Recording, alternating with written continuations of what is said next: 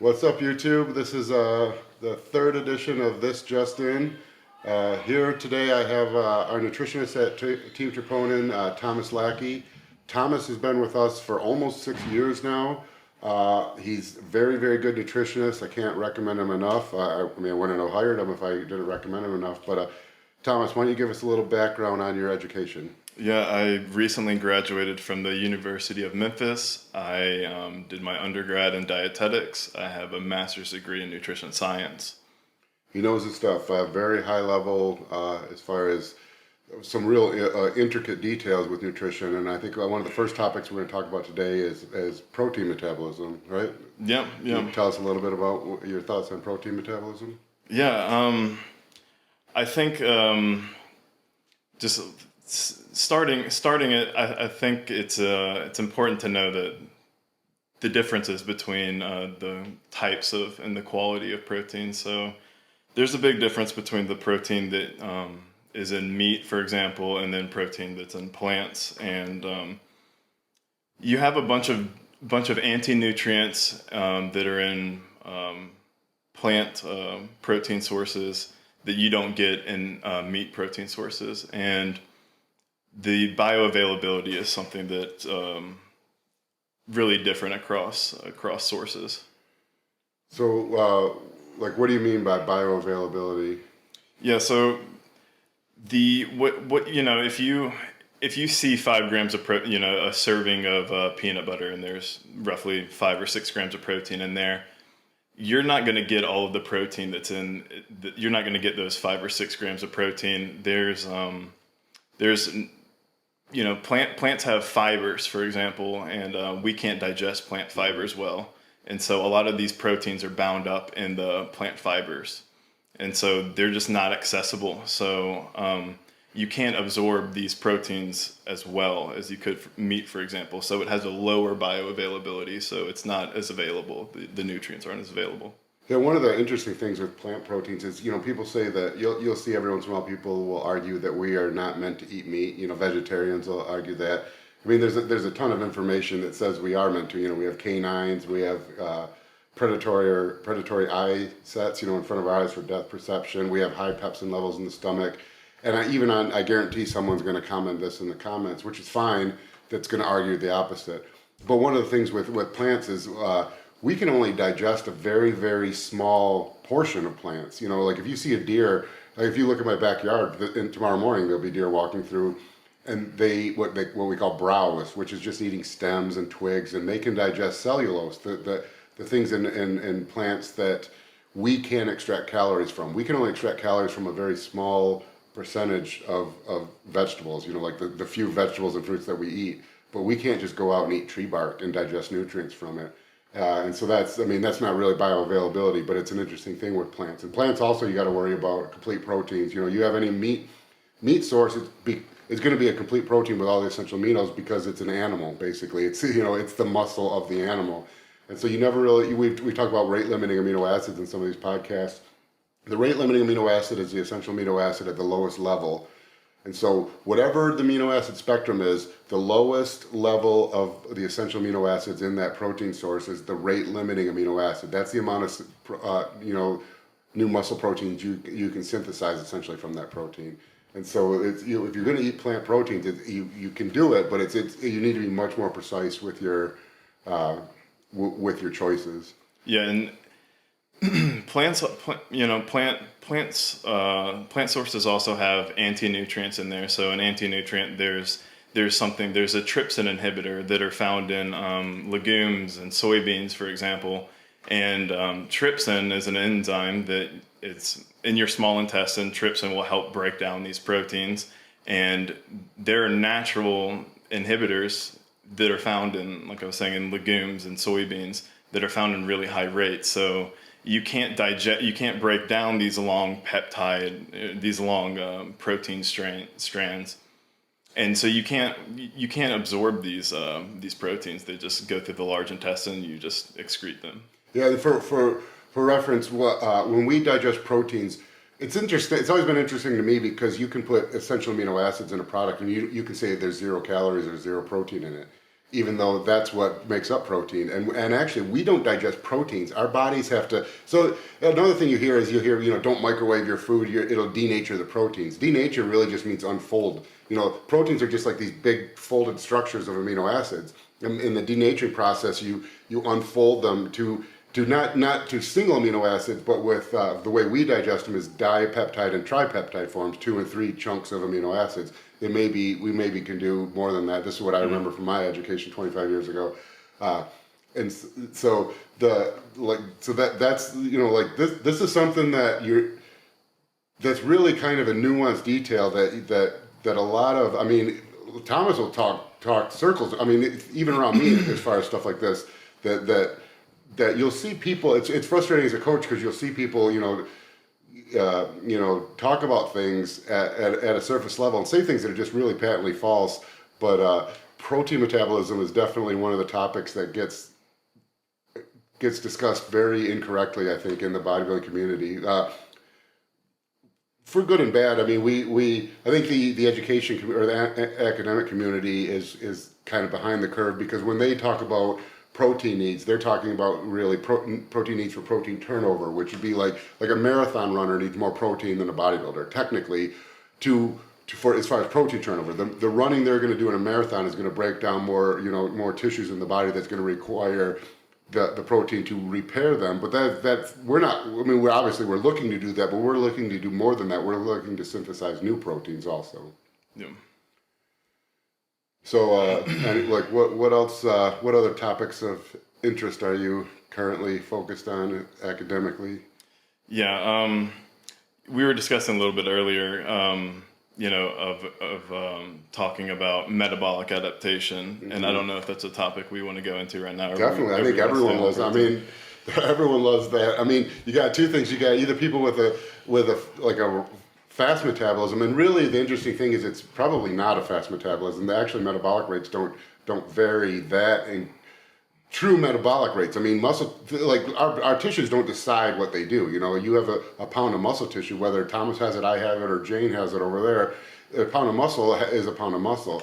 The real differences in metabolism are more like how nutrient absorption through digestion, how long the digestive tract is, things like that. But like metabolic adaptation, I don't think there's anyone in this sport who does not want to be better at that. Whether your metabolism is poor and you need to increase it so you don't carry too much body fat, or you think your metabolism is too high, whether it is or it isn't, but you have difficulty adding size. So what can you tell us about metabolic adaptations? Yeah, I think so. Muscle isn't. It's not too energy. It's not very energy expensive. So roughly for every pound of muscle, it takes about 15 calories to maintain. 15 calories in what length of time? So this is per day. Okay. See, that's interesting, because when I learned, and this is funny because you can see that the human body doesn't change.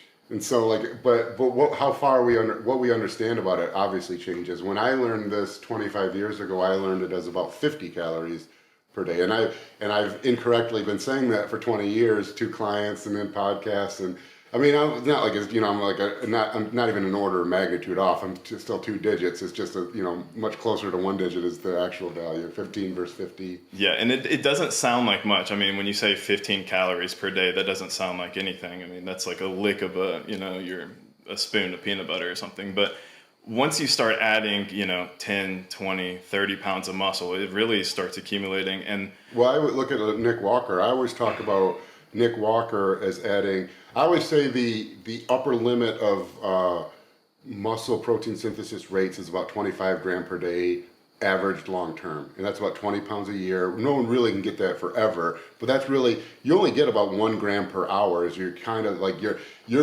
margin, your range that you get from 0 to 1 gram per hour. That's about it, and really probably less than that. For reference, Nick Walker has gained about 120 pounds in 10 years.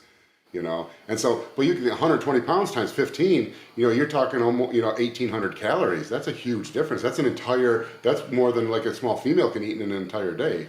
Yeah. And I think that also too, it's, our muscles, they have little gas tanks in them. We have glycogen stores, and we can also store fatty acids.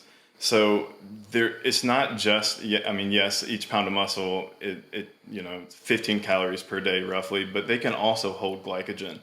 And so once you're talking about, I forgot the figure off the top of my head, but you have you put on 10 pounds of muscle, you suddenly have now 10 pounds of muscle that is also capable of storing calories. So it's kind of like a calorie cushion. So it can store glycogen and fatty acids before it's going to get deposited as fat stores if it's depleted. Yeah, and anyone that's watched anything I've done knows about my carb cycling and how important that fact is with the way we utilize high carb days. And so it's more easy to understand in a fat loss kind of concept. But if you take a large male bodybuilder who can store more than 1,000 grams of glycogen because he's got a lot of muscle mass, probably even almost double that, but if you just say 1,000 grams, we deplete that guy over the course of a week, and maybe he gets depleted in half of that, so 500 grams of glycogen.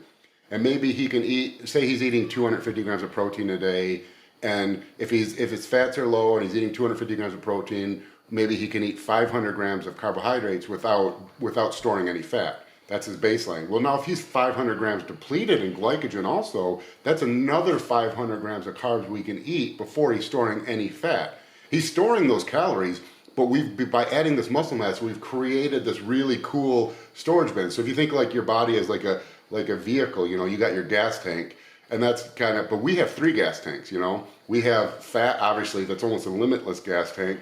And we have muscle or amino acid protein, which is pretty limited. 25 grams a day is the most we can store. But we got this really cool gas tank for glycogen, where in this case that I was just talking about, we have someone who could eat 1,000 grams of carbs in a single day on a fat loss diet and not store a single gram of fat, because he's burning 500 grams of the carbohydrates just with his natural metabolism, and then he's storing 500 grams, which is a pound. He's storing a full pound of calories, but not as fat. We've created this glycogen deficient state, and because he's got all this muscle mass that it's storing. And that's really like the key. That's why muscle, it really opens up a whole new world of dietary tricks you can kind of pull. Yeah, and I think that once you start becoming that big and you have a lot of muscle that you're carrying around, it starts to get pretty hard to even get fat or just to gain weight in general. It's a full-time job having to eat. You're eating around the clock, and a lot of people can't really fathom the idea of it's hard to gain weight or to put on fat. But the more muscle you start putting on, you'll notice that it really does become a full-time job of eating, and you have to really make that your life's mission up. If you want to gain weight and go past that. And I think something else too, we talk about glycogen, but the muscles also have the ability to store fatty acids. And I don't know exactly off the top of my head how much I need to go look at it, but it's a good amount of fatty acids that it doesn't just store carbohydrates. So it's kind of it's a gas tank, it can store carbohydrates and fats, and if you're depleted, it's going to preferentially your muscles are going to store those calories before it gets stored as fat. And if anyone's done a contest prep with me, kind of our real rough approach is that we carb up, and because carbs to store glycogen require water, so you need to be drinking fluids while you're carbing up. And really, they store a lot. It's like 4.5 grams of water for every gram of glucose to form glycogen. So it's almost 5 times as much water as it is as glucose. So if you're trying to carb up while restricting water, you're really doing 2 things that don't work together. And so you'll know that we'll keep water high while we're carbing up, but then we have to dry out. But then if anyone's worked with me, what do we do the day before show while we're drying out? We increase fats for that reason, because we're still basically creating a way to store energy and energy takes up space. Energy's not it's not in anything, obviously, your gas tank takes up space in your car, energy takes up space. And so those fatty acids actually work as almost a way to hold fullness or even potentially increase fullness without needing water. this is also too, I mean, if you know, going back to protein sources, if you try to get in, you know, if you're talking about someone that's as big as a Nick Walker or something, and you're going to tell Nick Walker to try to get your protein in through peanut butter or some sort of plants, the amount, just the sheer amount of food and plant material he would have to eat, you wouldn't be able to do it. You would run into digestive issues, and there'd be no way you can, you know, you can't put down, you know, what if you try to eat enough beans and rice to you know, meet your protein requirements. Good luck. Do they still teach the order of 10? Basically, everyone on Earth can't eat meat or can't eat meat as their main food source, because each level up is, you need 10 times as much space, basically. And I'm wording this poorly, but to feed a cow, they need 10 times the space that they take up in vegetables. It's probably outdated. It's probably not even a real thing. It might have been a theory back in the day, but it's so like you have a cow that, you know, that takes up a certain amount of space. They need 10 times that space in vegetables to get the amount of calories and nutrients they need to feed that cow, which then we would eat the cow. And so if everyone ate meat, and every human, if you think how much food they eat, and if meat was their main energy source, then 10 times that would be the space that was needed to feed the energy source that we then eat. So there really isn't enough land mass on Earth for everyone on Earth to be a carnivore, more or less, every human on Earth. Yeah.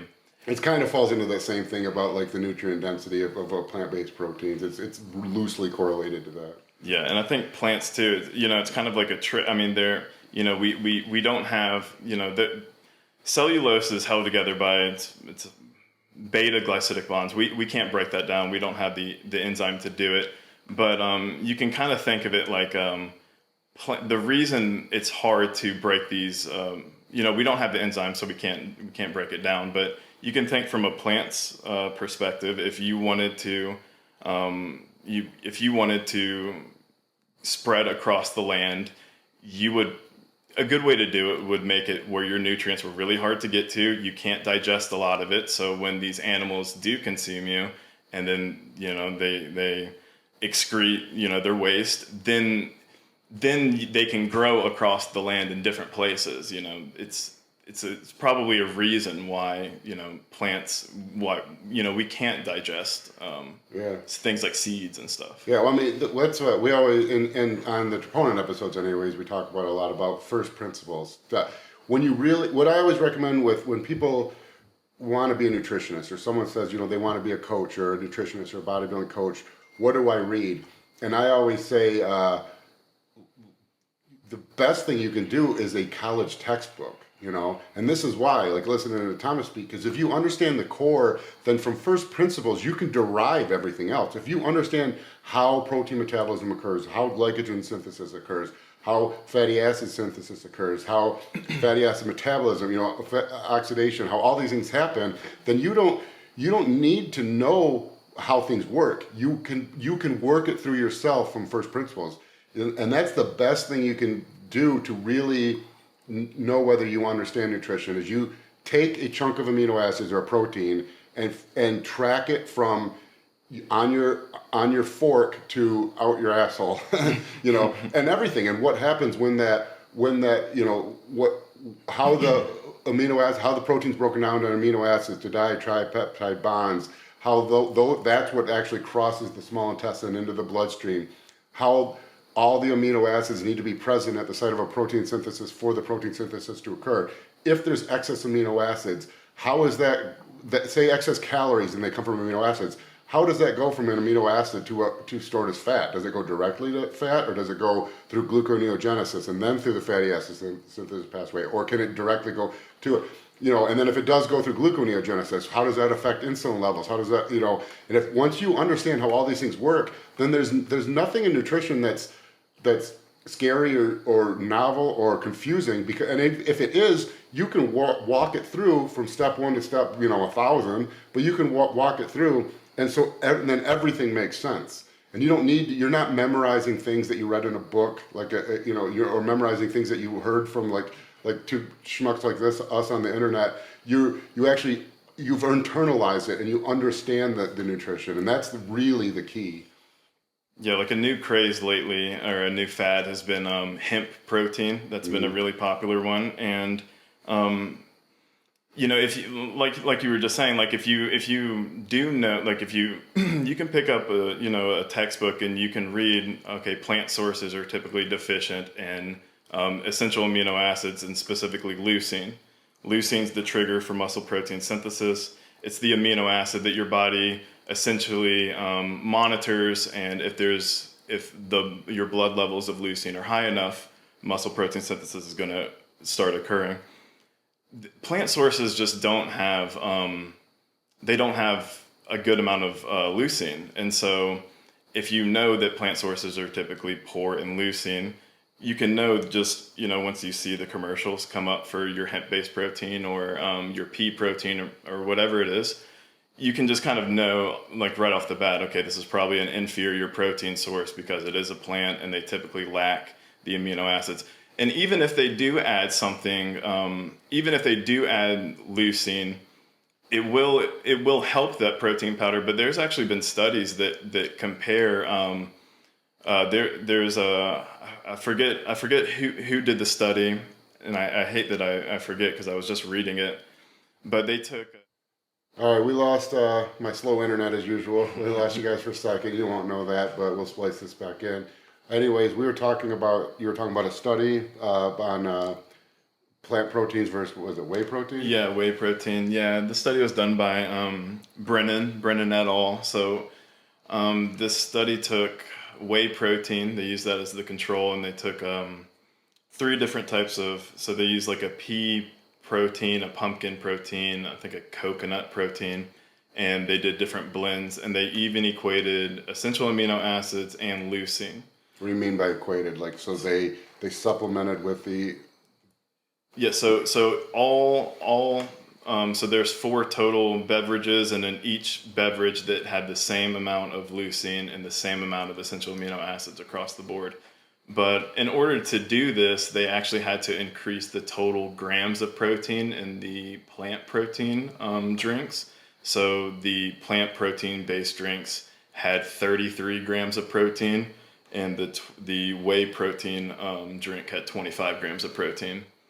And it turns out that even though there's 33% more total protein in the plant-based drinks, whey protein still, it had higher blood essential amino acid levels, and it stimulated muscle protein synthesis more than the plant-based drinks, even having 33% less total protein. Percentages can be, I mean, they're not confusing. We all know what percentages are, but to put that in perspective, if you're on a fat loss diet and your BMR, your base metabolic rate is 3,000 calories, 33% of that is 1,000 calories. 1,000 calories a day is 2 pounds of fat loss a week, or 2 pounds of fat gain per week. That's the difference we're talking about here for the same amount of muscle protein synthesis. And so if you're in like a fat loss diet where every calorie needs to count, that's a huge difference. That's the difference between over a 16-week contest prep, holding your muscle mass and losing 32 pounds of fat and stepping on stage with strided glutes, or holding your muscle mass and stepping on stage with 32 pounds of excess fat on your ass. I mean, these are the things that matter. I always say, I like to get into the science, and I talk about a lot of the science stuff and you kind of get overly scientific, because there's bro science, which isn't bad. Bro science is, for the most part, eventually gets proven pretty legit. But then there's science that's really just science because it's fun to talk about. But this is real world. Like that's a dramatic difference maker the difference between choosing the right protein sources and the wrong protein sources. I don't think it can be emphasized enough.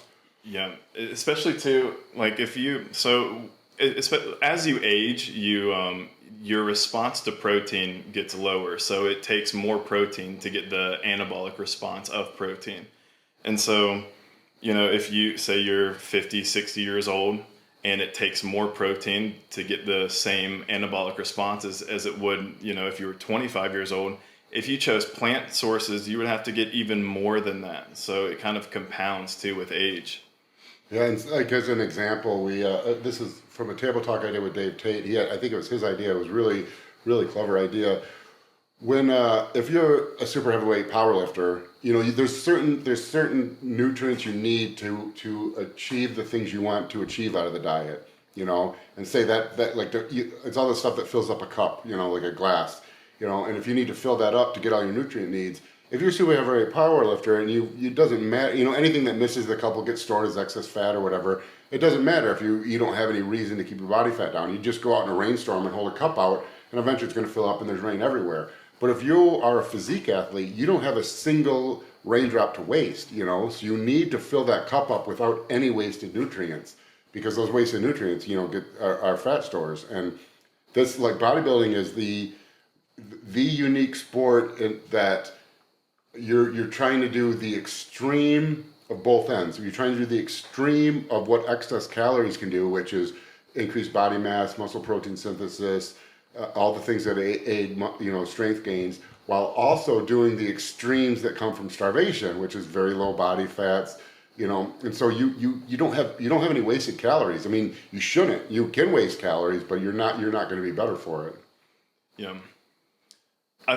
Do you want to talk about like the thermic effect of yeah, for sure. Yeah. Yes. Yeah, I bring that up all the time. Why protein's so important in the diet. Yeah. Yeah, and so protein is a good. So if you're going to overfeed, it's hard to get fat overfeeding protein. I mean, you can definitely do it, but the thermic effect of protein is about 30-something%. So what that means is when you eat food, you don't just absorb all the nutrients that the food has in it. You have to digest the food. You have to transport the food across.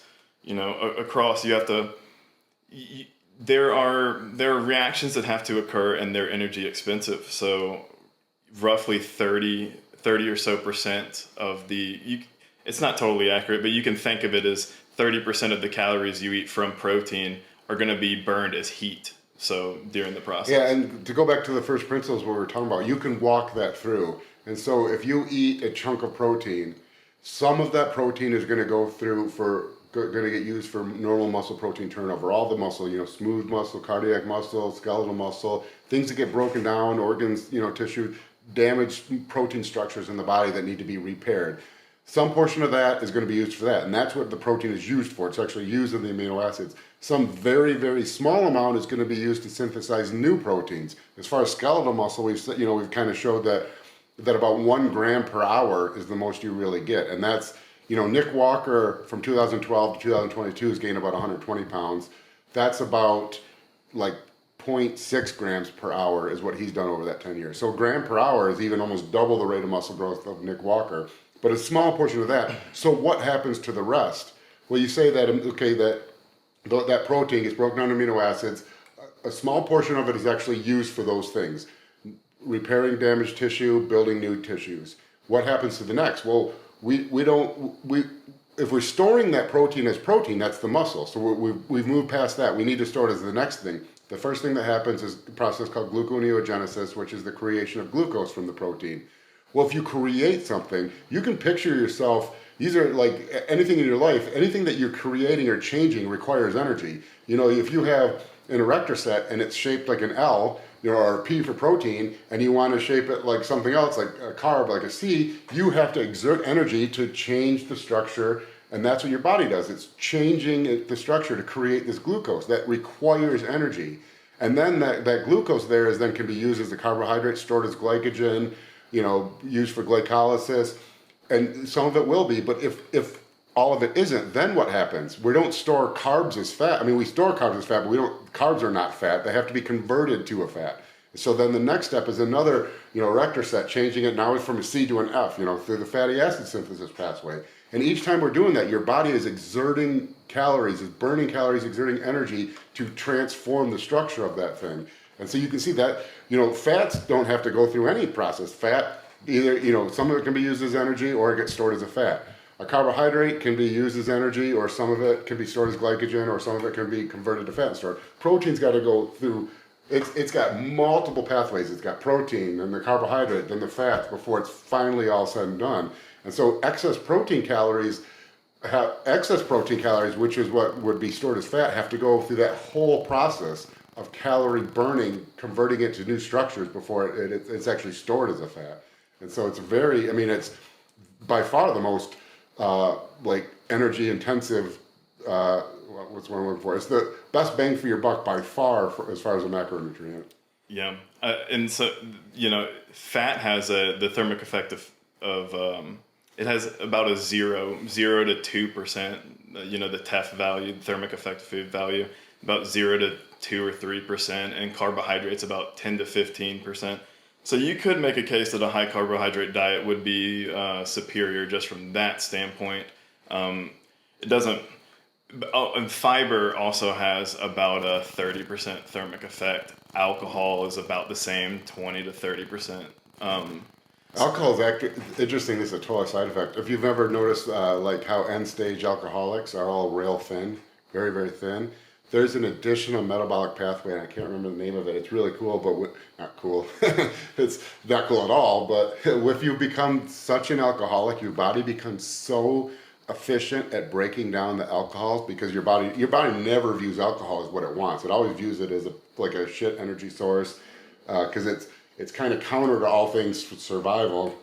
So your body gets so good at breaking down alcohols that it actually creates a pathway that's a net negative caloric pathway, where for every gram of alcohol, you burn 2 calories more than the calories in the gram. I didn't even. Yeah, and so that's why. I mean, and this is you. I mean, you got to be a legit alcoholic. This isn't like your Uncle Bill who just got divorced and is struggling. This is like you know, this is like that grandpa you never see that's 92 pounds. But I mean, it's you know, you're talking like a lifetime of severe alcoholism. But that's one of the things that if you see, like, everyone who's had a health class knows they show that that anatomically correct fat person, you know, like the signs of alcoholism, and it's always got gyno and swollen ankles and a swollen midsection from ascites or liver, you know, and they always say, and then malnutrition, like wasting disease, malnutrition, and that's what it is, because if at that point, if you eat for every 100 calories of alcohol, you burn 102 or 120 calories, just digesting it so quickly that your body doesn't care, and it actually takes more calories. And so theoretically, if you could find a way to create a bodybuilder who was somehow in deep end stage alcoholism, you could, you could eat, the more alcohol you drink, the leaner you get. But it's not, because you have no muscle tissue at that point, and you're in like end stage organ failure. But it's a really interesting thing that the way that's the only process I know of that the body can go so far in the process of breaking it down that it will actually burn more calories than it ingests in the process. Yeah, the thermic effect of food too. So exercise actually plays a role in your thermic effect.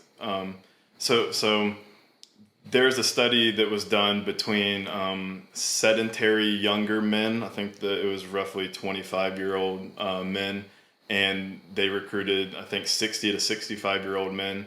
And this 60 to 65-year-old men had an active lifestyle, and they exercised pretty regularly throughout their whole life.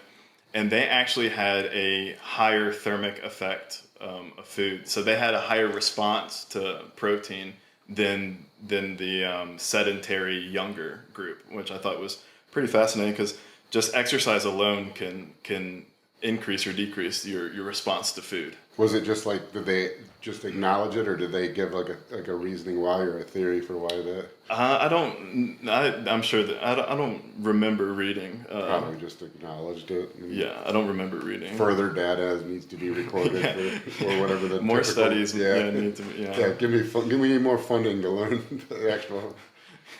Yeah, that's it.